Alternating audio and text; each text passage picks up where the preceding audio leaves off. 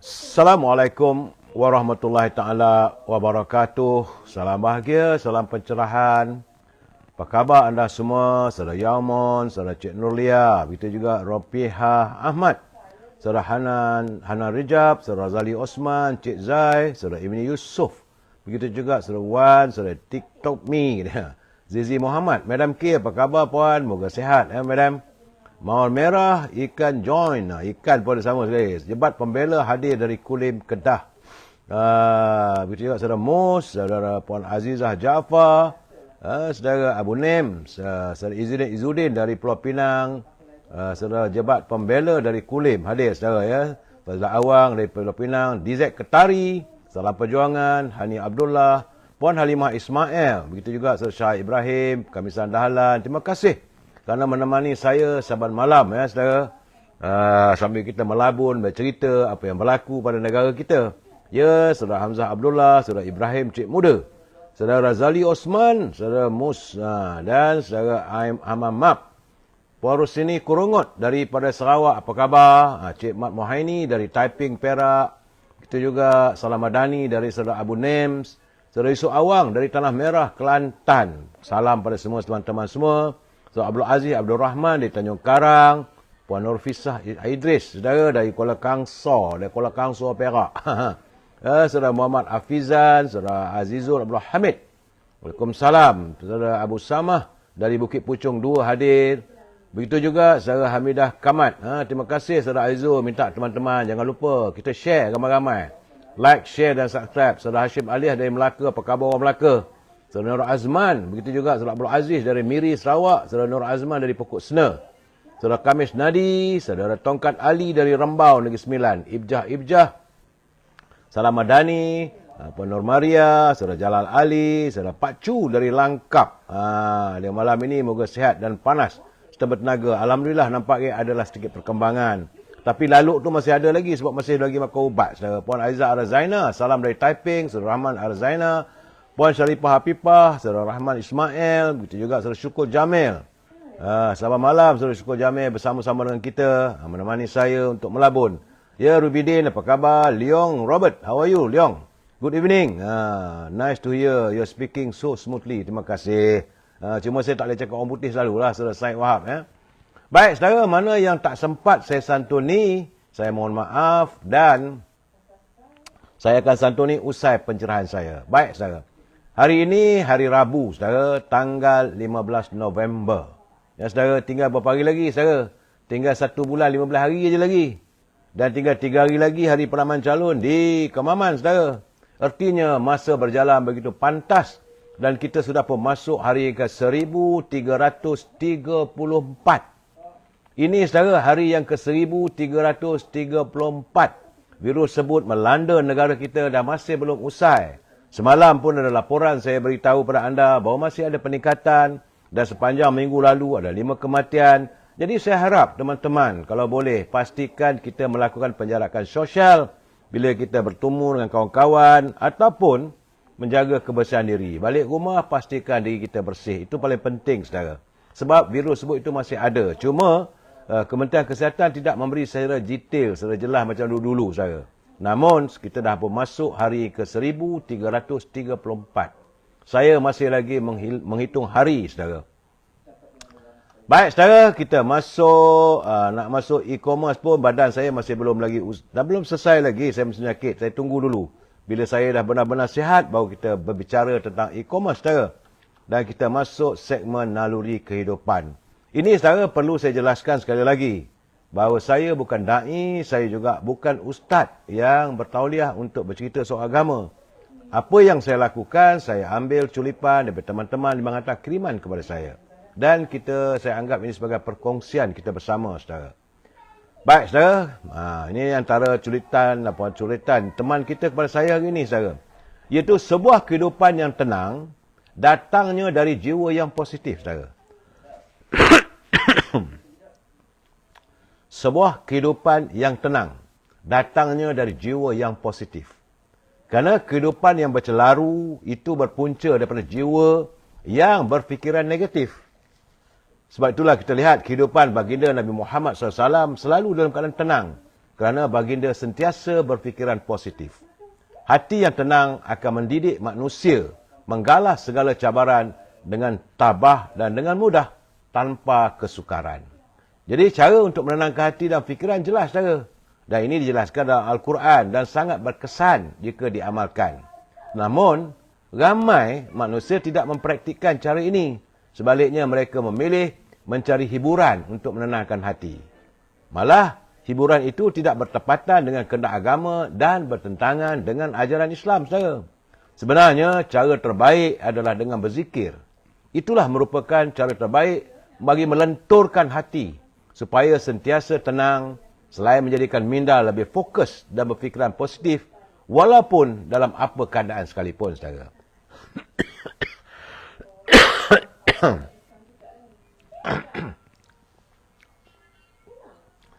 Namun begitu, walaupun saudara sudah diperjelaskan, begitu ramai orang mengatakan carilah ketenangan dengan berzikir, tapi masih ramai di antara kita ni sering tersalah pilih untuk mencari jalan untuk meraih ketenangan dalam kehidupan. Kehidupan pula saudara tidak pernah tenang. Akhirnya jalan yang dipilih jadi yang selalunya salah. Dan jadi bercelaru lagi kehidupan. Sungguhnya saudara, apabila batin telah bersih, suci daripada segala kekotoran, ketenangan hidup akan datang dengan sendirinya. Ya, ibaratkan sebuah pohon yang subur, saudara. Pohon yang subur itu, ia menghijau kerana mendapat air dan baja yang secukupnya. Dan itu ulama mengatakan antara faktor baginda Nabi Muhammad SAW berfikiran positif kerana makanan baginda adalah zikir yang diamalkan. Itu menyebabkan tubuhnya menjadi kuat, sihat dan bertenaga. Idola kita, Nabi Muhammad SAW, ikutilah, patuhilah saudara. Berzikir, mencari ketenangan dalam diri kita. Selagi kita memikirkan soal duniawi ini saudara, tak akan selesai. Hidup di dunia ini tak akan selesai kalau kita asyik memikirkan satu persatu persoalan dunia. Tapi kalau kita berzikir, kita ingat. Pertama sekali saudara, rezeki tidak pernah salah alamat. Rezeki datang daripada Allah SWT. Kita hanya sekadar berikhtiar, tak lebih daripada itu. Kalau kita tidak mendapat rezeki dalam waktu-waktu yang kita harapkan, anggaplah itu sebagai ujian. Dan bila kita memperoleh rezeki, saudara, kita harus bersyukur. Kerana Allah SWT menyatakan, setiap kali kamu bersyukur atas rezeki yang diberikan, maka Allah akan menggandakan. Dan paling penting, banyakkan bersedekah, saudara. Sebab itu, apa yang dituliskan dalam Mutiara Kata, ini titipan sahabat saya, Datuk Seri Said Ali, mantan Ketua UMNO Bahagian Ceras. Katanya, saudara, orang yang paling bahagia bukanlah kerana mereka memiliki banyak harta ataupun kemewahan. Sebaliknya, kebahagiaan yang hakiki itu adalah dari mereka yang berjaya mengeluarkan zakat secara rela hati dan memberi lebih banyak sedekah. Di samping dapat membantu sama insan kerana Allah SWT. Itulah orang yang paling bahagia. Jadi saudara, kita akan berusaha lah saudara. Ingat saudara, setiap kali kita bersedekah, Allah akan gandakan apa yang kita perolehi, yang diberikan oleh Allah SWT. Ingat saudara, rezeki datang daripada Tuhan, bukan daripada kita. Kita cuma boleh berusaha saja saudara. Baik. Dalam situasi begini, saya perlu mengingatkan pimpinan negara agar janganlah berbelanja wang negara tanpa had. Kerana jika wang negara dibelanjakan tanpa had, kita bimbang dan khawatir negara boleh muflis jadinya saudara. Dan kepada teman-teman yang menyunting semula live saya ini dan anda masukkan dalam pelbagai channel, itu urusan anda. Saya tak marah, tetapi anda harus bertanggungjawab atas setiap suntingan yang anda lakukan. Kena ingat saudara, ini pencerahan sekadar memberi informasi dan juga pencerahan politik.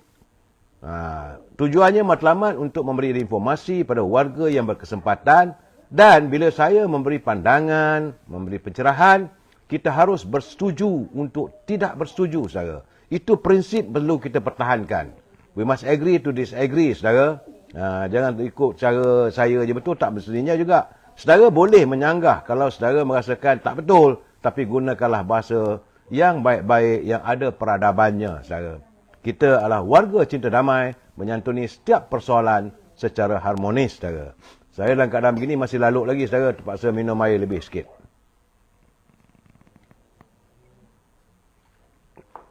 Baik saudara, berita pertama yang saya dapat. Sejak hari ini, saudara, 4 buah sungai di negeri Kedah nampaknya dilaporkan sudah pun melepasi paras bahaya. Ini laporan daripada Alostar, saudara. 4 buah sungai merekodkan bacaan paras bahaya. Ini berikutan hujan lebat yang melanda negeri di sebelah utara sejak daripada tengah hari tadi. Selain itu, ia didorong dengan kejadian air pasang besar. Jangan lupa, saudara, minggu lalu saya dah bagi tahu bahawa air pasang besar boleh berlaku di kawasan-kawasan di sekitar utara semenanjung tanah air. Saudara, 2 sungai di Kubang Pasu, itu Sungai Padang Terap di Kepala Batas dan Sungai Bata di Kampung Bata. Sementara 2 lagi, saudara, daerah Kota itu Sungai Anak Bukit, iaitu di Taman Aman, serta Sungai Anak Bukit di Jambatan Tar. Jadi 4 sungai ini memperlihatkan, saudara, peningkatan yang agak ketara dan melebihi paras bahaya. Sungai Pendang di Pekan Pendang pula menunjukkan bacaan melebihi paras amaran. Jam 4 petang tadi, saudara, Sungai Pendang meningkat pada bacaan paras amaran. Sementara, saudara, Sungai Anak Bukit yang bersambung dengan Sungai Kedah mendapati paras air sudah pun melimpah dan menghampiri rumah penduduk yang berhampiran. Jadi menurut Ketua Sekretariat Jawatankuasa Pengurusan Bencana Angkatan Pertahanan Awam Kedah, itu Saudara Major Besara Muhammad Suhaimi Mat Zain, katanya hasil pemantauan pihaknya di Sungai Anak Bukit mendapati paras air sungai semakin meningkat dan bergerak laju menuju ke laut. Tapi kalau air pasang besar di bahagian laut pula, saudara, maka bertembung di situ letaknya dan akan berlaku banjir. Jadi setakat ini katanya terdapat 3 pusat pemindahan sementara PPS masih aktif di Kedah, iaitu 1 di Kubang Pasu dan 2 di Kota Star yang menempatkan sekitar 160 orang daripada 55 keluarga. Jumlah mangsa dijangka bertambah. Andainya hujan lebat melanda dan katanya pihaknya bagaimanapun telah pun bersiap sedia, saudara. Dan pada itu, beliau berkata pihaknya mengarahkan semua anggota di kawasan terjejas banjir supaya melakukan pemantauan. Dan kepada warga yang tinggal berhampiran dengan laut, saudara, dinasihatkan dalam keadaan sekarang ini, elakkanlah untuk memancing dan sebagainya. Kerana suasana tidak begitu mengizinkan, kerana arus begitu laju, saudara. Dan dalam waktu yang sama, kalau boleh sentiasalah peka kepada arahan-arahan yang dikeluarkan oleh Jabatan Meteorologi Malaysia, Met Malaysia, sama ada hujan lebat dan sebagainya, sebagai persiapan, saudara. Jadi sebab itulah, saudara, satu lagi mangsa pusat pemindahan sementara dibuka daerah Kota Star malam tadi, saudara. Jadi jumlah PPS yang masih aktif negeri ini adalah 3, saudara. Itu di Kedah, saudara. Dan kita lihat pula mangsa banjir di Perak nampak agaknya kekal, saudara. Saya mendapat laporan mangsa banjir di Perak setakat pagi tadi saya kekal pada 217 orang. 217 orang yang ditempatkan di PPS daripada 60 buah keluarga di 3 daerah, saudara. Jumlah itu tidak berubah, saudara. Laporan Pusat Kawalan Operasi Bencana Perak setakat jam pagi tadi 8 pagi menunjukkan Hilir Perak masih daerah paling terjejas dengan merekodkan 128 mangsa. Ya, saudara, Hilir Perak memang daripada berapa dah masuk 2 minggu dah ni rasanya. Yang tempatkan di 2 PPS. Kemudian daerah Krian merekodkan 80 mangsa di 2 PPS. Turut jelas daerah Kinta. Jabatan Pengairan dan Saliran JPS Perak melaporkan paras air Sungai Bidu di Cangkat Jong kini mencecah 3.55 meter dan melepasi paras bahaya. Teman-teman yang tinggal di berhampiran dengan sungai di Cangkat Jong bersiap sedia kerana air sudah naik sampai 13.51 meter, berada pada paras bahaya. Di Sungai Kilang, di Sungai Kinta, saudara, di Tanjung Tualang, paras berjaga-jaga, iaitu 13 meter. Lalu bagaimanapun Jabatan Kerja Raya Perak turut melaporkan penutupan jalan persekutuan di beberapa daerah berikutan situasi banjir semasa. Baik, saudara, itu yang berlaku di negara kita. Saya juga harus melaporkan apa berlaku di negara jiran, saudara, macam berlaku dari Hanoi. Reuters melaporkan sekarang ribuan, saudara, bukan sikit, ribuan rumah dan jalan raya di bandar Hu, Vietnam, yang merupakan tapak warisan dunia yang popular di tenggelam banjir selepas hujan lebat melanda kawasan itu. Dah tenggelam air, saudara. Gambar, saya nampak gambar-gambar yang dihantar pada saya oleh media, saudara, menunjukkan penduduk terpaksalah meredah jalan yang ke air dengan bot tidak lagi dengan kenderaan, saudara. Hujan lebat yang melanda beberapa wilayah di sepanjang pantai sejak Isnin lalu, lebih 2,000 orang terpaksa berpindah dari rumah mereka di tengah wilayah Quang Tri, di mana 3 orang telah dilaporkan hilang hari ini, saudara. Jadi sebagai lebuh raya, negara yang menghubungi utara dan selatan Vietnam juga terputus akibat tanah runtuh dan banjir. Jadi reti, saudara, sekarang ini di Vietnam juga mengalami banjir, ribuan orang terpaksa dipindahkan. Dan mengikut para pengkaji alam, saudara, mereka meramalkan tahun ini, saudara, tahun ini cuaca agak ekstrim di seluruh dunia. Dan lebih kerap berlaku hujan, ribut, petir, angin kencang dan sebagainya. Jadi, saudara, berhati-hatilah. Baik, saudara, laporan kaji cuaca. Kita masuk sedikit laporan daripada Kementerian Kewangan. Ini penting, semua orang nak tahu. Kementerian Kewangan mengumumkan bahawa harga runcit bagi petrol RON 97, RON 95 serta diesel masih dikekalkan pada harga lama. Nampaknya dah berapa bulan, dah 3 bulan dah harga kekal tak naik-naik. Alhamdulillah. Dan harga ini dilaporkan sehinggalah daripada 16 November sehingga 22 November mendatang. Harga ini RON 97 RM3.47 seliter, RON 95 RM2.05 seliter dan harga diesel RM2.15 seliter. Jadi Kementerian Kewangan dalam kenyataan hari ini memaklumkan harga itu berasaskan kepada harga mingguan produk petroleum mengikut mekanisme harga automatik APM. Jadi Kementerian Kewangan menyatakan bahawa kerajaan akan terus memantau trend harga minyak mentah dunia dan mereka akan mengambil langkah-langkah bersesuaian untuk memastikan kebajikan dan kesejahteraan rakyat terpelihara. Saudara, itu kedudukan minyak dan minyak diesel, saudara. Baik. Salam dari Gaza, saudara. Askar Israel hari ini, saudara, dilaporkan telah pun membunuh beberapa pejuang Hamas apabila mereka menyerbu sebuah hospital Al-Shifa. Pejuang-pejuang Hamas yang sakit, yang terkena serpihan dan sebagainya berada di hospital, mereka diterpa oleh askar-askar Israel yang menerpa ke hospital Al-Shifa. Sebab itu ribuan orang awam Palestin termasuk pesakit yang terlantar dan kekangan perubatan terperangkap. Ya, saudara, terperangkap dalam serangan yang tak pasal-pasal, saudara. Kata mereka melancarkan sebuah itu kerana Hamas mempunyai pusat perhubungan di bawah hospital Al-Shifa. Kata mereka, sebab itu konon alasan, ini alasan daripada Israel ni, dia kata di hospital Al-Shifa itu, di bahagian bawah tu, ada terowong yang menempatkan persembunyian tentera-tentera Hamas. Tapi bila pergi, tak ada pun. Cuma ini adalah sebagai satu alasan saja apabila mereka merempuh. Ini tak sepatutnya berlaku. Dan sebab itu, sebab sebelum mereka memasuki kawasan hospital, saudara, pasukan mereka melakukan pelbagai tembakan dan ledakan. Keadaan begitu amat mengerikan, saudara. Sebab itu radio tentera berkata 5 pejuang terbunuh dan terdapat penemuan senjata kononnya di dalam kawasan hospital. Tapi tak ada sebenarnya, saudara. Sebab itu pelbagai pihak di seluruh dunia hari ini meminta sekali lagi agar Israel melakukan gencatan senjata di tebing barat, saudara. Terdahulu, Ketua Pengarah Kementerian Kesihatan Dr. Munir Al-Bush dalam siaran Al Jazeera memaklumkan tentera Israel menyerbu bahagian barat kompleks perubatan dan letupan berlaku di dalam hospital. Tak sepatutnya begitu berlaku, saudara.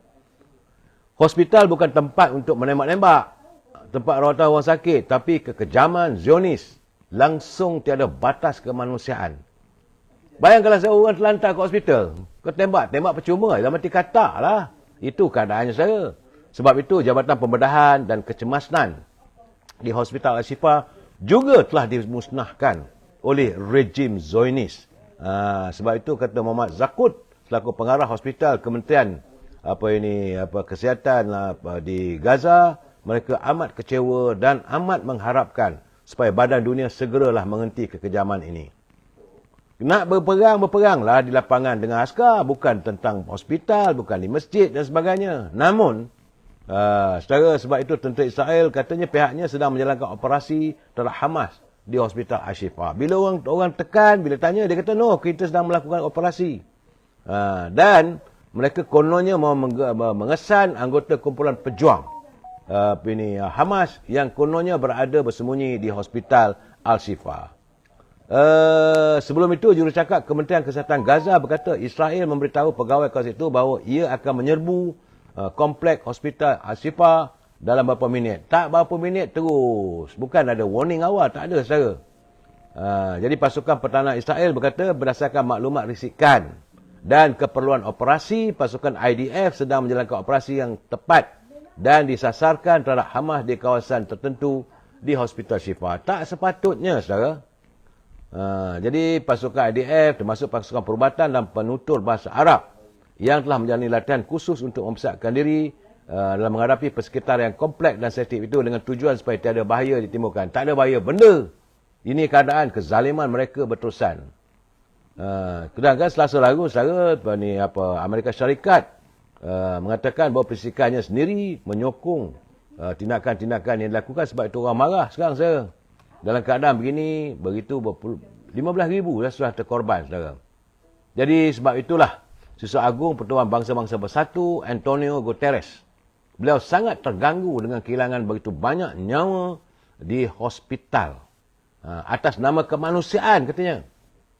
Selaku Susah Agung, beliau menyeru supaya gencatan senjata kemanusiaan segera dilakukan. Bukan atas nama Pertubuhan Bangsa, tidak, atas nama kemanusiaan. Beliau menyeru segeralah dilakukan gencatan. Tak sampai lagi hatinya. Beliau tidak sampai hati untuk melihat wajah-wajah anak-anak kecil, wanita yang tidak berdosa, yang diratah oleh tentera Zionis dengan begitu lahapnya sekarang.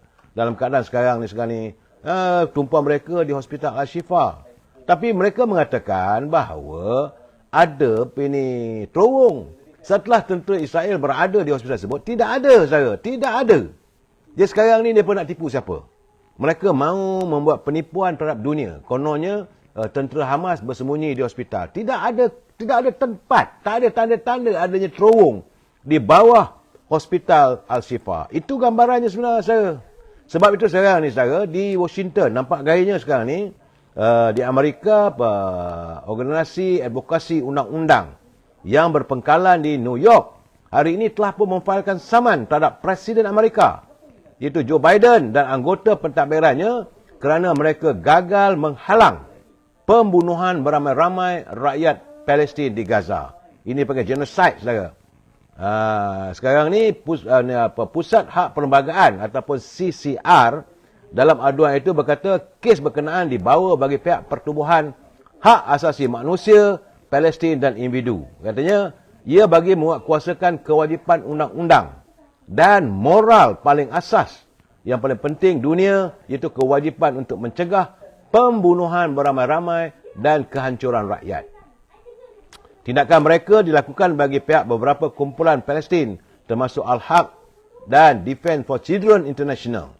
Mereka berhujah bahawa pembunuhan beramai-ramai yang berlaku terhadap rakyat Palestin di Gaza setakat ini dimungkinkan kerana sokongan tanpa syarat oleh Presiden Joseph Biden, Setiausaha Negara Amerika Syarikat Antony Blinken dan Setiausaha Pertahanan Lloyd Austin.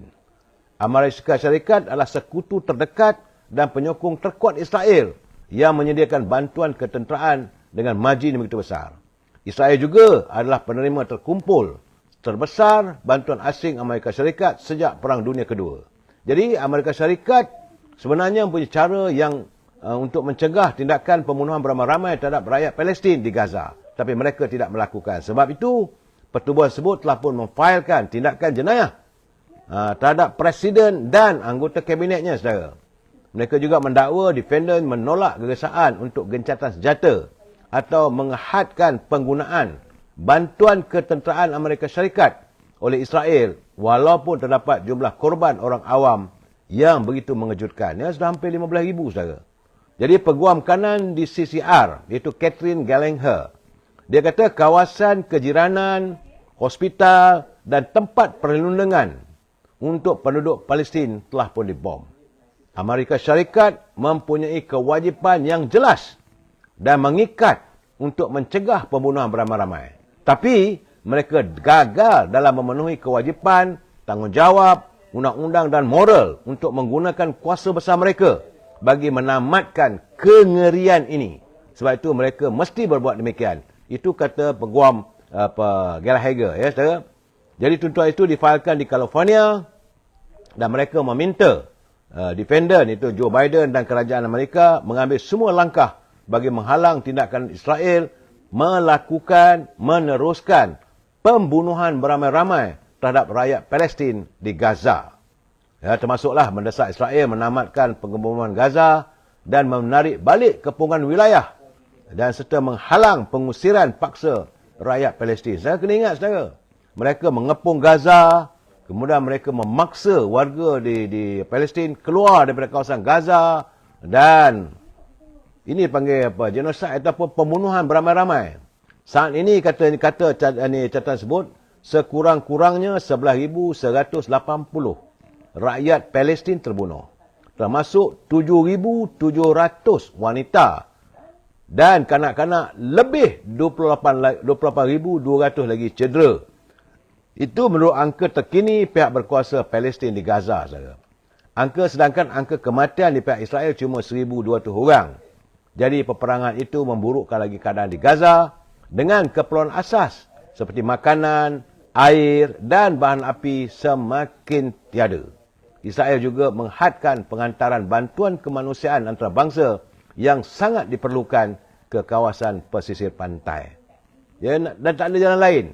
Minta supaya Amerika bagi tahu pada Israel menghentikan. Tak ada juga. Akhirnya, pertubuhan tersebut mengambil tindakan undang-undang terhadap Presiden Joe Biden dan anggota kerabatnya kerana mereka gagal. Dan dari segi berita-berita yang kita lihat, Amerika macam 3 hari, 4 hari dulu telah pun meluluskan peruntukan sekitar 14 bilion untuk membantu pasukan tentera dalam peperangan di antara Israel dengan Gaza. Sebab itu, pertubuhan tersebut merasakan Amerika harus bertanggungjawab atas pembunuhan beramai-ramai rakyat Palestin. Ya, saudara? Saya melihat sekarang ni. Sekarang ni apa yang berlaku di Palestin tu, saya banyak juga dapat membaca tentang sajak-sajak, tulisan-tulisan yang ditulis oleh teman-teman. Saya merasakan sekarang ni, kalaupun berlaku gencatan senjata, andainya ada perdamaian yang dicapai di Israel, ia tidak mungkin akan menenangkan perasaan dendam warga Gaza terhadap rakyat Israel. Lebih-lebih lagi anak-anak yang kehilangan ibu bapa, kehilangan bapa, kehilangan keluarga dan yang trauma apabila mendengar ledakan bom dan sekarang ini terkinja-kinja seorang diri. Ini semua puluhan ribu. Puluhan ribu, saya yakin bukan puluhan ribu, mungkin mencecah ratusan ribu. Warga Palestin ini, mereka tetap akan menyimpan dendam yang tersangat mendalam terhadap rejim Zionis. Jadi, perdamaian hanya boleh dicapai seandainya Amerika boleh cakap pada Israel, kau berundur dulu. Bundurlah, bawalah ke perdamaian. Kalaupun Amerika membantu Israel, kalaulah mereka menang dalam peperangan, wallahualam, tak tahulah, tapi rasanya semakin lagi mereka menggempur, semakin teruk lagi rasanya tentera-tentera Israel di Gaza. Walaupun mereka mengatakan berjaya menawan, itu semua hanyalah sekadar satu laporan fake ataupun laporan palsu. Hanya untuk melemahkan tenaga anggota tentera Al-Qassam. Sedangkan di Gaza, semangat warga Palestin bertambah berkobar-kobar. Cuma saya mengatakan, seandainya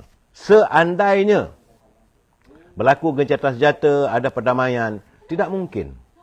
Saya tak nampak kemungkinan boleh berlaku perdamaian yang hakiki. Kerana kalau kita lihat, macam di Jepun, saudara. Macam di Jepun tu, bila mereka meledakkan bom atom di Nagasaki dan Hiroshima, jadi keluarga Jepun ni melihat tentera Amerika ni satu dendam yang berpanjangan. Itu kerana ramai sangat. Tapi bagaimana di Gaza? Kerana dia meninggalkan sakit-baki yang begitu ramai. Rakyat yang terpaksa, mereka hilang rumah tangga, hilang rumah. Tidak ada kediaman, terpaksa terusir dari rumah sendiri dan terpaksa memula kehidupan sebagai pelarian yang tak sepatutnya mereka alami. Inilah yang berlaku sekarang di Vietnam. Apa yang berlaku di Vietnam sekarang ni, kalau orang Amerika datang ke Vietnam, mereka tidak ada rasa simpati. Malahan tunggu bila ada balah je dekat pub ke mana berlaku pembunuhan. Dendam itu mendalam. Dan saya melihat dendam warga Gaza terhadap Zionis Israel ni tidak mungkin kunjung padam. Walaupun ada orang mengatakan ini bukan permasalahan agama antara warga Palestin Islam dengan Israel Yahudi ni, saya berkeyakinan bukan hanya soal agama tapi soal kemanusiaan sejagat. Apabila mereka kehilangan keluarga, saudara, dibom, diledak, rumah tak. Bayangkanlah kita, macam kita di sini, kita tengah seronok makan dengan anak bini, saudara, duduk dengan keluarga, sambil nonton TV, tiba-tiba hilang segala-galanya. Apa kenikmatan hidup yang mereka alami dirampas dalam sekelip mata. Dan anak-anak tiba-tiba dilontarkan dalam kemelut tragedi yang teramat sukar untuk mereka lupakan. Sebab itu semalam saya dah melaporkan bagaimana masalah anak-anak daripada Gaza, mereka mengalami masalah kesihatan mental yang teramat parah. Traumanya, takutnya, kengerian, dan saya mengatakan bahawa terkumpul dendam yang teramat. Tak tahulah macam mana nak diselesaikan masalah Gaza ini. Tapi terpulanglah tangan-tangan yang berlumuran dengan darah rakyat Palestin. Anda harus membayar dengan harga yang terlalu mahal. Zionis, Israel harus membayar harga yang teramat mahal dalam hidup anda berhubung tentang kehidupan warga Palestin yang bagi mereka tidak mungkin ada rasa simpati ataupun rasa melainkan diisi dengan dendam kesumat yang mendalam, saudara. Itu gambaran di Gaza, saudara. Mungkin besok saya beri penjelasan lagi apakah laporan-laporan yang saya terima daripada Gaza. Baik, saudara.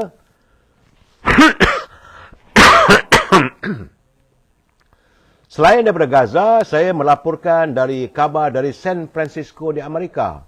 Kerana saat ini, saudara, ketua-ketua negara-negara dunia sedang berkumpul di San Francisco dalam persidangan APEC, saudara, yang diadakan. Boleh dikatakan hampir keseluruhan pemimpin-pemimpin dunia berada di San Francisco untuk membincangkan tentang masa depan hala tuju ekonomi dunia, saudara. Jadi sebab itu saya melihat kenyataan Datuk Seri Anwar Ibrahim apabila menjelaskan negara Malaysia perlu melakukan pendekatan reformasi yang sukar dan kurang popular dalam memastikan ekonomi negara kekal berdaya tahan. Saudara, jadi katanya subsidi yang bernilai 81 bilion yang dibelanjakan tahun ini adalah sesuatu yang tidak mampan kepada ekonomi negara. Dalam keadaan ini, dia kata siapa berani untuk menarik subsidi tersebut? Para ekonomi kemuka idea menarik, tapi anda akan kalah dalam pilihan raya. Itu benar, saya. Apabila subsidi ditarik, tentulah rakyat akan marah. Tapi bagaimanapun katanya, dia merasa bersyukur kerana kerajaan yang sekarang ni secara politiknya masih kukuh. Dan waktu saat ditarik subsidi, bagaimanapun rakyat masih lagi boleh menjalani kehidupannya. Jadi bagaimanapun dia kata, alhamdulillah ekonomi di negara kita masih lagi boleh membuatkan kerajaan memberi bantuan kepada mereka yang sangat miskin. Jadi mereka diberi bantuan tunai supaya tidak meletakkan mereka dalam keadaan yang lebih sukar. Jadi katanya keputusan kerajaan untuk menarik balik subsidi adalah hanya melibatkan 10% saja untuk golongan teratas. Jadi bayangkanlah, dia kata 10% saat ini mereka menggunakan 50% subsidi untuk berdekad-dekad lamanya. Jadi dia kata saya boleh jadi tak popular. Orang nak marah saya pun marahlah, dia kata. Saya boleh jadi tak popular terhadap 10% ini. Tapi saya harap 90% lagi dapat masih menyokong saya. Kita dapat jimat 4 bilion setahun. Dan kita baru tarik subsidi ayam katanya. Kita belanja 1 bilion setahun untuk subsidi ayam. Dan ia bermanfaat ke semua orang di Malaysia, termasuk orang yang paling kaya. Jadi mereka lah menikmati ayam bersubsidi. Ada kalanya agak memalukan katanya. Jadi bagaimanapun, dia sempat berjenaka juga, dia kata. Jadi kita lihat, sebelum peraya nanti, kita hentikan penarikan subsidi. Itu gambarannya, saudara, bahawa sebagaimana yang diumumkan oleh Datuk Seri Muhammad Sabu selaku Menteri Pertanian. So dia mengatakan berkesan kemungkinan beras juga, subsidi beras juga akan ditarik secara beransur-ansur. Ya, secara subsidi ni untuk orang kaya-kaya ni tidak ada kena langsung, tapi mereka memperolehi Begitu banyak peluang mendapat subsidinya, saudara. Sebab itu, dalam satu perkembangan lain, ada orang menuduh bahawa Malaysia ini lebih condong pada negara China. Ini cerita-cerita di San Francisco, saudara. Bagaimanapun, Datuk Seri Anwar Ibrahim menjelaskan, saudara, dia menjelaskan bahawa Malaysia bukanlah negara yang condong ke arah China.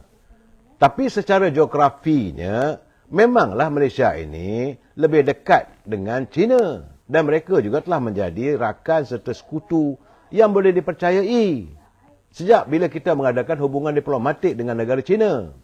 Jadi Amerika juga penting bagi Malaysia. Tapi kedudukan fizikalnya, dari segi petanya, Amerika dengan Malaysia agak jauh. Tapi bagaimanapun, kita tidak menafikan ia juga merupakan sekutu tradisional serta pelabur utama yang membantu memacu ekonomi negara. Jadi keseluruhannya, kata Seri Anwar Ibrahim, Amerika Syarikat menjadi negara nombor 1 dari segi pelaburan di Malaysia. Tetapi negara China semakin hari semakin menjadi salah satu pelaburan utama. Jadi dua-dua diimbangi. Itu kenyataan beliau sewaktu ada sesi soal jawab lah di University of California, Berkeley. Saya katanya negara China adalah negara jiran Malaysia, negara yang penting dan telah matang dari segi kerancakan ekonomi je. Jadi semasa kita perlu dengar negara-negara kuasa besar ini, mereka juga perlulah terlibat dan dengar pandangan serta pendirian kita. Kita adalah sebuah ekonomi yang sedang dan pesat membangun dan perlu melibatkan diri serta membuat keputusan mengenai apa yang terbaik, katanya, saudara. Jadi itu beliau menjawab kepada kedudukan orang kata Malaysia ni condong pada negara China. Tidak. Akan ditangani, disunsun secara keadaan semasa saja. Betul lah, memang dari segi dalam peta katanya, kita memang dekat dengan China. Takkan sebab itu nak marah. Kata Seri Anwar Ibrahim. Saudara. Baik. Sewaktu beliau berbicara dengan pelajar-pelajar di San Francisco. Ramai juga rupanya pelajar-pelajar Malaysia yang berada di sana. Ada yang buat peringkat PhD, ada yang buat kedoktoran dan sebagainya. Jadi, Datuk Seri Anwar Ibrahim, dia menyatakan pendiriannya bahawa para graduan ataupun lepasan pelajar Malaysia di luar negara, sepatutnya mereka boleh menimbangkan untuk mencari pengalaman yang lebih luas sebelum kembali ke tanah air. Ya, walaupun kadang-kadang pandangan itu katanya disifatkan bertentangan dengan pandangan tradisional. Namun, pengalaman dan ilmu itu akan menjadikan seorang graduan itu lebih berwibawa. Ini kerana, saudara, selalunya anak-anak kita yang berada di London, di Amerika, habis tamat dari pengajian, terus balik. Terus balik cari pekerjaan tanpa adanya pengalaman. Jadi apa yang dimaksudkan oleh Seri Anwar Ibrahim? Dia kata, kalau ada peluang bekerja, cari dulu pekerjaan, cari pengalaman. Dan dengan pengalaman itu, dengan connection ataupun hubung rapat dengan pemain-pemain ekonomi, bila anda balik ke negara kita, anda ada bekalan yang cukup. Cukup dengan pengalaman dan juga pendidikan yang mantap. Itu dimaksudkannya, saudara. Dan ini beliau mengadakan pertemuan dengan para pelajar, saudara, dari University of California, Berkeley. Saya lihat bahawa nampak gayanya hari ini penekanan Datuk Seri Anwar Ibrahim lebih kepada soal ilmu dan menimba pengalaman untuk negara kita. Baik, saudara. Itu yang saya dapat laporkan tentang kedudukan dari San Francisco di Amerika sempena persidangan APEC. Mungkin besok ada lagi berita baru, saya akan cuba jelaskan. Cuma hari ini saya balik ke tanah air. Tanah air tadi, tengah hari tadi, saya dengar juga ribut siang kopi yang berlaku di Parlimen. Ini apabila ahli Parlimen daripada Jelutong, JR Ryan, RSN Ryan, dia waktu dia membahaskan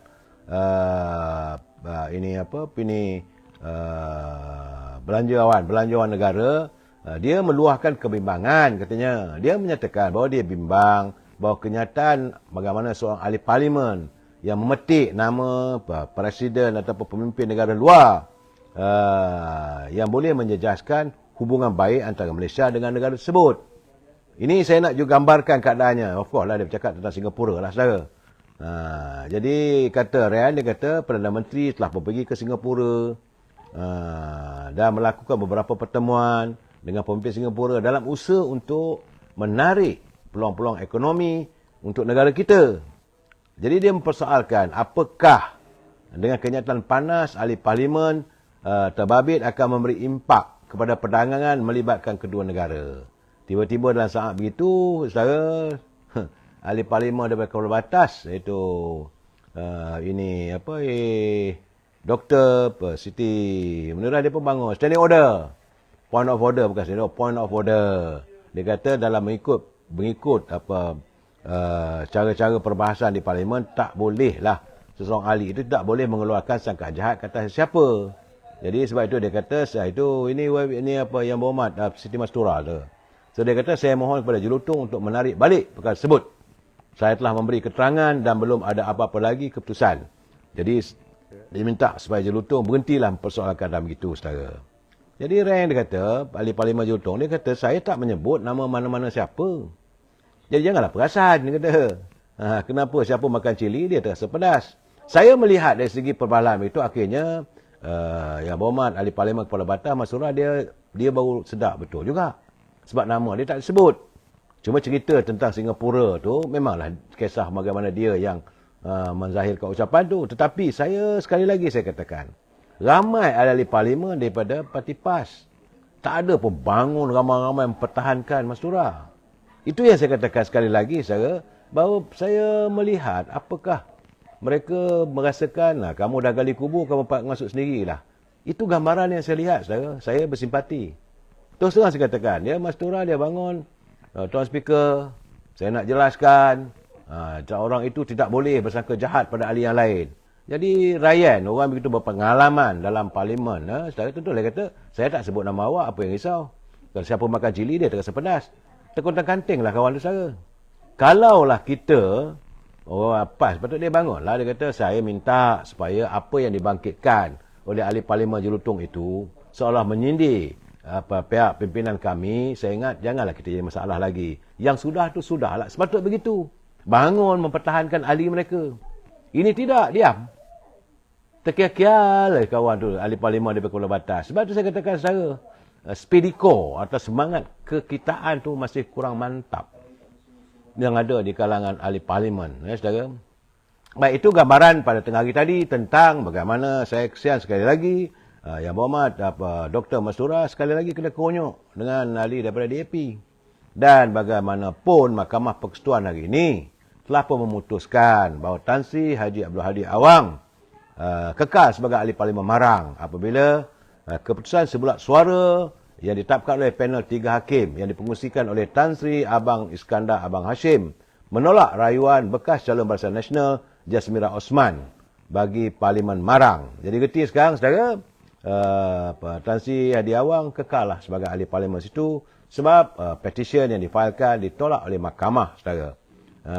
Jadi soal nak timbul kemudian tak adalah bahawa Marang tidak ada pilihan raya kecil. Tidak ada lagi diadakan jadi keabsahan yang berhormat Tan Sri Haji Hadi Awang kekal sebagai ahli parlimen Marang, saudara. Itu hari ini di mahkamah, saudara. Bagaimanapun, saudara, agak menarik hari ini, saudara, tiba-tiba, saudara, Suruhanjaya Pencegah Rasuah Malaysia telah pun membuat laporan polis berkaitan tuduhan yang dipercayai dikeluarkan oleh Ketua Badan Pimpinan Parti Perubatan Bersatu Malaysia, Terengganu Datuk Razali Idris. Ini katanya lah, saudara. SPRM dalam satu kenyataan memaklumkan laporan terbabit dibuat pada hari ini berikutan satu hantaran dalam aplikasi TikTok di atas nama pemilik akaun Wan Chin 11 yang memaparkan kenyataan Razali. Dalam kenyataan berkenaan, Razali telah mengeluarkan beberapa tuduhan palsu dalam ceramah beliau sewaktu majlis pelancaran jentera pilihan raya kecil Parlimen Kemaman pada 10 November lalu.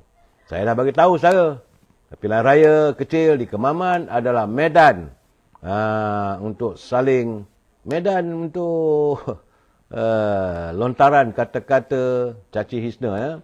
Menurut SPRM, bahawa mereka menyatakan bahawa jentera kerajaan, iaitu SPRM dan hakim, dikawal oleh kerajaan dan mereka telah mempertikaikan keputusan Hakim Mahkamah Tinggi berhubung sambitan 4 pertuduhan ke atas bekas Menteri Belia dan Sukan. Itu kata SPRM, saudara. Jadi menurut kenyataan itu, SPRM memandang berat terhadap fitnah dan tomahan yang dilemparkan kerana ia boleh menjejaskan keyakinan orang ramai terhadap sistem penguatkuasaan dan perundangan negara.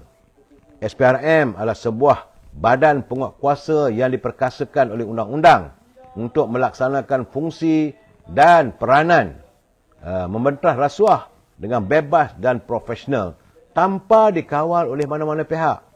Jadi oleh demikian, SPRM berharap tindakan sewajarnya dapat diambil dengan segera terhadap mereka yang mengeluarkan dan menyebarkan fitnah serta tomahan tersebut. Problemlah Razali. Ini SPRM dah buat laporan polis. Bila membuat ini kiriman begitu. Saya tak nak campur. Tapi sebab itu saya kata, pesta caci maki Hamon itu dah bermula di Kemaman. Lain tak ada modalnya, maki Hamon saja, saudara. Akhirnya, SPRM tak boleh lagi membiarkan, saudara. Sebab itu, saudara, saya bila hari ini, saudara, sekali lagi, saya mendengar kenyataan Ketua Armada. Ketua Armada, dia kata, dia mendakwa mempunyai bukti bergambar. Ada video dan komunikasi WhatsApp berkaitan dengan peranan individu. Yang dikatakan cuba memujuk serta menawarkan habuan tertentu kepada ahli parlimen pembangkang supaya beralih sokongan kepada Perdana Menteri Datuk Seri Anwar Ibrahim. Malah, ahli parlimen Macang itu mendakwa semua bukti berkenaan disahkan sendiri oleh ahli parlimen yang disasarkan individu terbabit selain ia sudah dikemukakan pada pihak polis. Jadi justru itu beliau menyanggah kenyataan ahli parlimen Labuan, Datuk Dr. Syuhali Abdul Rahman yang menafikan sekeras-kerasnya wujud paksaan, ugutan dan sokongan ke atas 4 ahli parlimen bersatu untuk menyokong Perdana Menteri. Ini pertelingkahan, saudara. Ya, saudara. Jadi katanya ahli Macang dia kata apa yang kami laporkan pada polis dan kenyataan media semalam kerana kami punya bukti banyak. Banyaklah kami ada email, mesej, gambar, serta video berkenaan. Dan bagaimana mereka gunakan itu sebagai bukti, sebagai lampiran dalam laporan polis serta SPRM. Jadi beliau sekaligus menunjukkan beberapa bukti yang didakwa sebagai usaha individu berkenaan cuba mendekati ahli parlimen pembangkang khususnya daripada Bersatu. Jadi saudara, ahli parlimen Tanjung Karang turut menerima WhatsApp katanya untuk tawaran membuat hotel, buat resort di kawasan beliau. Di Sungai Besar, di Gerik, Kubang Pasu, Lumut. Itu umpamanya. Ini nama-nama begini adalah nama-nama yang sudah pun dikatakan bahawa mereka juga sedang mempertimbangkan sejauh mana mereka akan memberi sokongan. Saya tak tahulah, saudara. Jadi beliau, ahli parlimen Macang tu menyebut nama-nama sebut. Saya kata lagi kuat kamu sebut, lagi cepat mereka melompat nanti. Sebab dia kata ahli parlimen Tanjung Karang. Itu yang kononnya menerima WhatsApp untuk tawaran membuat hotel dan resort di kawasannya Tanjung Karang.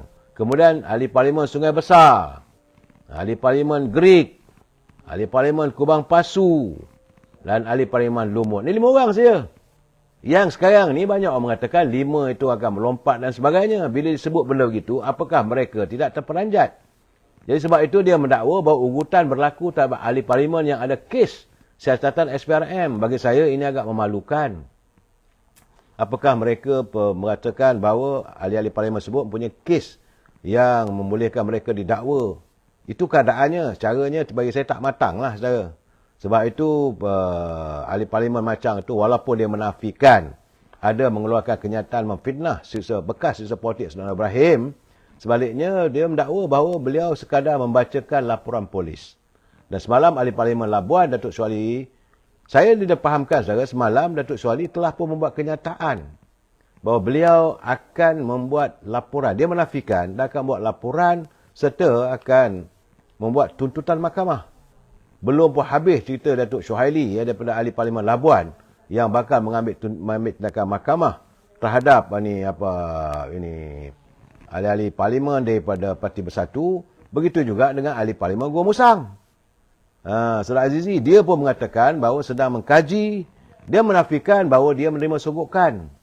Dan sekarang ni saya lihat antara kalangan mereka, di kalangan sesama mereka, dalam Parti Bersatu saya, bukan dengan PAS, ada kalangan ahli-ahli Bersatu yang mereka ada yang bertanding, waktu pertandingan itu mereka menggunakan logo PAS. Sebagaimana berlaku di Gua Musang, begitu juga di Jeli, saudara. Tapi saya nampak mereka itu sebenarnya ahli-ahli Bersatu. Saya melihat bahawa macam ada perbalahan yang begitu ketara di kalangan warga PPBM. Dah mula ada saman menyaman, tuduh menuduh. Dan tentulah benda ini agak memalukan mereka apabila mengatakan, dia ni dapat habuan. Sebab itu dia melompat. Kadang bagi saya lah, itu satu tuduhan yang agak serius. Tapi bagaimana kita biarlah terpulanglah pada ahli parlimen sebut sama ada nak ambil tindakan ataupun tidak. Sebab saya nampak keadaan tuduhan itu agak serius. Memang serius apabila menuduh, saling tuduh menuduh. Contohnya tiba-tiba orang UMNO. Sama-sama UMNO kata dia ni melompat kerana dapat ini habuan. Dan dia ni menafikan. Bila nafikan bawa mahkamah. Sedangkan itu hari UMNO yang melompat. Itu hari dia terus keluar pun. Dah terus tidak lagi berada dalam hierarki UMNO. Tapi apa yang sekarang ni berlaku dalam PBM, maka saling-saling tuduh menuduh. Dan saya melihat kenyataan hari ini apabila disebut nama ahli parlimen Tanjung Karang, ahli parlimen Sungai Besar, ahli parlimen Gerik, ahli parlimen Kubang Pasu, ahli parlimen Lumut. Mereka-mereka ini adalah nama-nama ataupun yang diberi bayangan yang agak mudah untuk merasa rapuh untuk memberi sokongan pada Datuk Seri Anwar Ibrahim. Saya rasa ini tak tahulah ahli parlimen Macang ni apa dia punya matlamat sebenarnya, saya tak tahu. Atau apakah dia nak membuat satu persiapan awal. Saya dah cakap dah dia dapat itu apa semua. Jadi mungkin. Tapi saya merasakan bahawa masa depan Parti Peribumi Bersatu semakin tenat. Dan saya difahamkan akan ada lagi yang akan melompat ni saudara. Cuma kerana pilihan akta lompat parti ini tidak membolehkan mereka melompat. Kalau boleh mereka dah melompat dah. Sebab itu sekarang ni mereka sanggup melakukan tindakan menyaman. Apabila 3 ahli parlimen tu dia melompat dan minta kepada speaker dan disahkan oleh Datuk Ahmad Maslan semalam, pindah kerusi. Tidak lagi duduk di barisan pembangkang bersama dengan kumpulan pembangkang, tapi walaupun dalam kerusi pembangkang, tapi dalam kedudukan orang bebas. Bila mereka bersedia untuk pindah, artinya secara terus terang mereka sudah bersedia untuk meninggalkan PBM. Itu 3 orang lah saudara. 1 belum lagi buat keputusan. Dia kalau Kangsar belum lagi buat keputusan, tapi daripada 4 orang ni 3 orang. Dan bagaimana kalau ada 4 lagi menyeberang? Bagaimana 3 lagi akan menyeberang? Saya difahamkan ramai yang akan menyeberang. Kalau itu berlaku, besar kemungkinan Parti Peribumi Bersatu menghadapi suasana yang cukup tenat. Itu keadaannya lah saudara. Saya tak mau tuduh lebih saudara. Dan sekarang ni apa yang berlaku di Kemaman. Kemaman jangan saya kalau tak puas lah kalau saya tak menyantuni di Kemaman. Dan sekarang ni siang tadi saya sempat berbual dengan calon parlimen Kemaman, itu Jeneral Panglima itu Tan Sri Raja Afendi. Dan saya nampak suaranya begitu yakin. Saya tanya pula bila kita boleh buat live Tan Sri. Dia kata insya-Allah bila saya berada di Kemaman nanti dia akan cuba meluangkan waktu. Dan saya melihat saudara, dapatan saya rupanya Tan Sri Muhammad Effendi ini dia adalah ahli anggota dari kampung Gersik bukan Gerik saudara, Gersik tak silap saya, Gersik lah rasanya. Dan bapanya dulu adalah pembantu perubatan. Saudara, dia adalah bapa ni adalah bekas pembantu perubatan HA lah. Saudara, yang membesar di kawasan bukan Gersik, bukan dalam kawasan Kemaman. Dan cukup terkenal bapanya sebagai orang yang paling baik dan menyantuni rakyat. Sebagai HA lah saudara, pembantu perubatan, dia dulu-dulu mana ada doktor. Dan waktu bila berlakunya banjir dan sebagainya, Tan Sri Effendi ini adalah antara orang yang terdahulu ke hadapan untuk menghulurkan bantuan. Rakyat di kawasan Parlimen Kemaman tidak akan lupa. Bila saya berbual dengan beliau, nampak sebab itu, nampak suaranya begitu keras. Kemasik. Sebab Abdul Hamid, betul. Saya minta maaf lah, Gersik pula. Di Kemasik. Di kawasan Kemasik itu saudara, memang ada kawasan Perda, ni pun ada juga. Tetapi bapanya dulu adalah bekas HA. Dia orang panggil bos ubat samo. Ubat samo tu maksudnya ubat KK, Kementerian Kesihatan punya ubat. Kalau demam, sakit, cari bapaknya. Jadi dia keluarga ni dihormati. Jadi saya merasakan pemilihan Tan Sri Raja Muhammad Effendi ini memang tepat sekali. Selamat malam, saudara. Saya merasakan bahawa dapatan saya tidak berpolitik kali ini. Calon ini adalah calon yang begitu dikenali dan menjadi kebanggaan. Untuk di kawasan Kemasik tu, rasanya dapatan saya cuba berhubung dengan kawan-kawan saya. Ada kawan saya yang buat sekolah tahfiz. Saya telefon. Macam mana saya keadaannya calon? Dia kata terbaiklah kita ada kali ini. Sebab ini masanya orang kampung kami nak membalas jasa pada bapa kepada Tan Sri. Bahasa kita kena.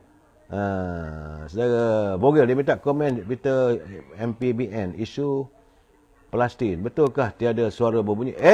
Siapa kata tak ada suara? Tak betul tu. Ahli-ahli parlimen, UMNO, Barisan Nasional dan Perpaduan kekal. Sebab itu suara mereka masih lantang. Cuma tidak adalah dia punya hari-hari nak bercakap di parlimen, saudara. Tapi sokongan mantap. Tidak mahu menggunakan Palestin ini sebagai tonggang untuk mencari laba politik. Saya bercakap tentang calon di Kemaman. Calon Kemaman rupanya calon yang disenangi. Dan baru saya petang tadi, saya berbual dengan beliau sendiri. Saya telefon dia, saya tanya dia, Tan Sri sihat macam mana? Sihat, dia kata. You ada di Kuala Lumpur ke ada di Kemaman? Dia kata, saat ini saya berada di Kuala Lumpur. Saudara Bogel, dia kata, kenapa tak bagi Mak Said? Dia kan bagus, boleh buat lagi bas 2 alam. Saya melihat, saudara, jangan ini, UMNO tidak begitu sifatnya. Kita tidak berlaga-laga sama sendiri. Tapi, saya nampak bahawa sebab itu, sehingga saat ini, tak tahu lagi. Pihak sebelah sana belum tahu lagi. Sedangkan hari penamaan calon, tinggal berapa hari? Hari ini 15, tinggal 3 hari lagi. Siapakah calon yang akan diturunkan? Oleh mewakili parti PAS atau parti PBM. UMNO dah jelas. Tan Sri, Raja Effendi akan menjadi calon. Dan warga di Kemasik memang suka sangat-sangat lah. Apalah ayah kalau BM menang lesen kedai judi dapat semula. Ini kadang-kadang saudara, mereka akan membuatkan isu-isu yang bukan-bukan. Saya tak nampak benda begitu saudara. Sebab itu hari ini Ketua Wanita UMNO Malaysia, Datuk Seri Dr. Norani Ahmad, dia juga menjelaskan. Dia kata pilihan raya juga. Beliau telah pun mengerahkan semua ahli-ahli wanita di seluruh negara daripada bahagian-bahagian akan berkampung di Kemaman, tapi dalam bagaimanapun perlu juga menyantuni kawasan yang mengalami musibah banjir. Itu perlu dulu. Jadi kehadiran wanita ke kawasan Kemaman kalau ada banjir adalah akan menyantuni banjir. Tapi bagaimanapun prioriti harus ditumpukan kawasan masing-masing.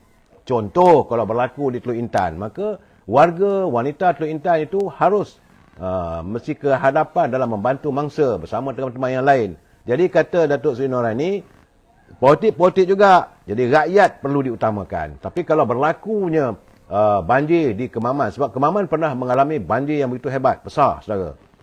Sebab itu kawasan Kemasik pernah kena berlaku banjir. Sebab itu nama Tan Sri Raja Effendi ini begitu harum sebab rupanya kereta dia bawa pun masuk ke parit demi nak menyelamat. Selepas Nepal liberal apa benda lah anda bercakap ni. Saya John T, calon PAS ada mungkin mantan sesat UMNO itu pulanglah. Saya tak mau bercakap soal parti mereka. Saya bercakap soal calon yang diturunkan oleh parti saya. Saya harus bersikap jujur begitulah saudara. Daripada kita nak tak perlu kita diskredit. Untuk apa kita nak maki hamun calon daripada parti yang akan diturunkan oleh mereka? Tak ada keperluan. Sebab itu saya katakan, pesta maki hamun di Kemaman ini perlu dihentikan.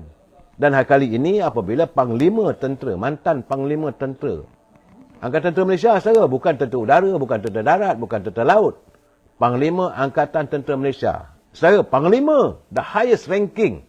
Waktu zamannya, bertanding, nak maki apa lagi? Nak pesta maki hamun apa lagi? Jangan. Kalau salah-salah buat, anda mengundang amarah warga tentera. Mereka ada dia panggil sumpah Panglima, saudara. Zaman Sangking mesti dapat balik. InsyaAllah saya nampak. Saudara Limi Aziz, apa cerita lah anda? Cerita, saya nak cakap pada anda, isu terkena bu apa semua, konon-kononnya lah, masa di Litar Sepang tu hari. Saya jangan lupa, Datuk Seri Najib berapa kali kena bu, waktu beliau jadi Perdana Menteri, tapi sekarang rindu zaman Datuk Najib. Kami sayang Datuk Najib. Apa malu bosku? Begitu juga saudara, janganlah. Anda daripada pihak-pihak sebelah sana tak perlulah mengujudkan suasana polemik politik yang bukan-bukan. Saya lebih cenderung kalau anda bercakap siapa calon anda. Nampak? Saudara Panepo pula kata askar pencen lah. Bagi saya, bukan masanya untuk kita melakukan diskredit ataupun membuat kenyataan-kenyataan yang bagi saya agak keterlaluan terhadap calon yang kita turunkan. Bila anda tuduh askar pencen, apakah warga tentera tak kecil hati? Apakah mereka veteran tentera tak kecil hati bila sebut perkataan askar pencen? Jadi sebab itu berhati-hati saya. Saudara Cikgu, terima kasih Sekutu Mawar Merah untuk saya. Bagi saya, kalau nak bercakap, kenapa tidak anda puji? Siapa? Tunggulah. Cubalah korek. Siapa calon yang akan diturunkan oleh daripada Parti Perikatan Nasional? Saya berusaha tu akhirnya dari 2 malam sebelum diumumkan, dapatan saya mengatakan bahawa Tan Sri Raja Effendi sebagai calon, saya beri thinking lah. Nampak gayanya saya kata di kalangan warga internet lebih senang kalau Tengku Raja Effendi ni saya kata kalau Tan Sri Tengku Effendi ni Raja Effendi ni jadi calon, beliau adalah popular di kalangan warga net. Itu cara dia dan terpulang dipilih. Okey, kita sama-sama santuni. Tak perlu lagi nak maki hamun. Ini cerita UMNO sekarang ni ditawan habis. Kerana sekarang ni nak bercerita pasal hidup Melayu pun tak berani. Kerana bila orang UMNO bercakap soal hidup Melayu, maka berdahim macam orang DAP. Semua diam. Saya rasa gambaran tak betul. Keadaan tak betul. Dan sekarang ni ternyata anda nak melihat bagaimana. Di sini letaknya kebijaksanaan Presiden UMNO. Ia membuat pilihan, the right candidate, right timing. Saya yakin insya-Allah kita boleh menang. Tapi bukanlah kita nak maki hama sebelah sana. Tak perlu saya, tak perlu.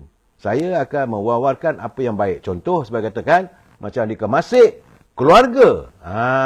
Tan Sri Raja Effendi begitu harum namanya kerana keluarganya, bapanya adalah bekas hospital assistant yang terkenal dengan ubat Samo, saudara. Kita jumpa lagi besok, saudara. Wabillahi taufiq wal hidayah. Assalamualaikum warahmatullahi taala wabarakatuh. Selamat malam. Terima kasih.